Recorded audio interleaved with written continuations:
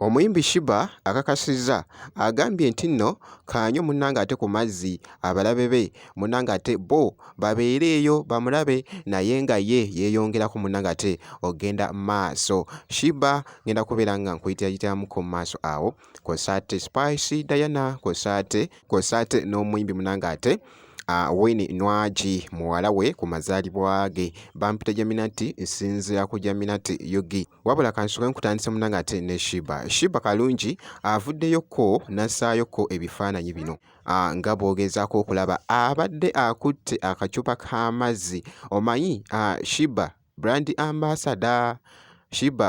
ambassador w'eno kampuni ey'amazzi era nga baddira munnange ate amazzi gano ne bagateekako munnange ate ekifaananyi kya Sheebah nga bw'ogezaako okulaba kaakati nno g'abadde ali mu kunywa mu bifaananyi eby'enjawulo. Avuddeyoko n'akola ne post n'agamba nti no drinking water so my enemies can see themselves clearly in my glow.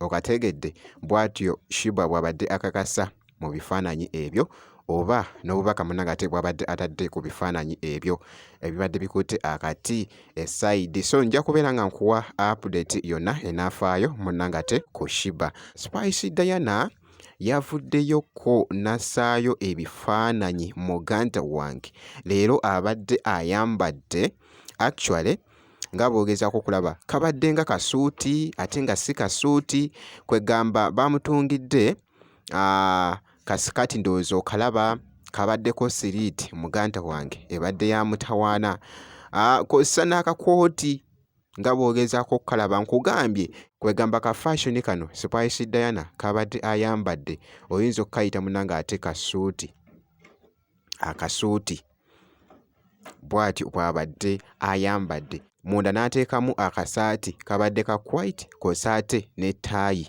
nga bw'ogezaako munnange ate ogiraba ebadde ya red n'ateekako munnange ate akakooti kw'ossa ate ne sikaati gy'abadde ayambadde munnange ate okumashinga ye muyimbi munnange ate Spice Diana. Spice Diana abadde ayaka nga bw'ogezaako munnange ate okulaba n'akakasa n'agamba nti no less I will try more I did focused on growth fueled by greed.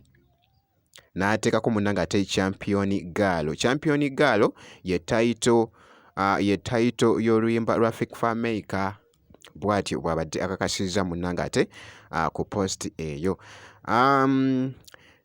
Nga nkongeddeyoko g'abadde mazaalibwa ga mwana wa Winnie Nwagi mwana muwala ono g'abadde mazaalibwa ge nga bw'ogezaako okulaba okusinziira Winnie Nwagi teyataddeko nti nno oba awezezza munnange ate emyaka nti nno oba bwe giti naye ffe tuliwo okulaga munnange nga we byatambudde.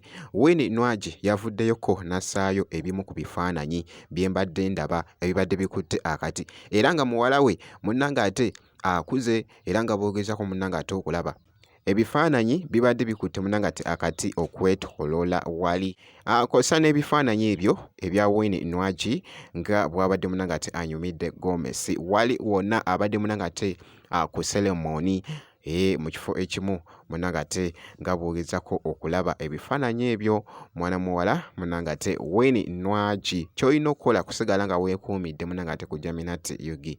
Ebisigadde byonna tujja kubeera nga tukuwa update yonna enaabeera efaayo kasita obeera ng'osubscribinze.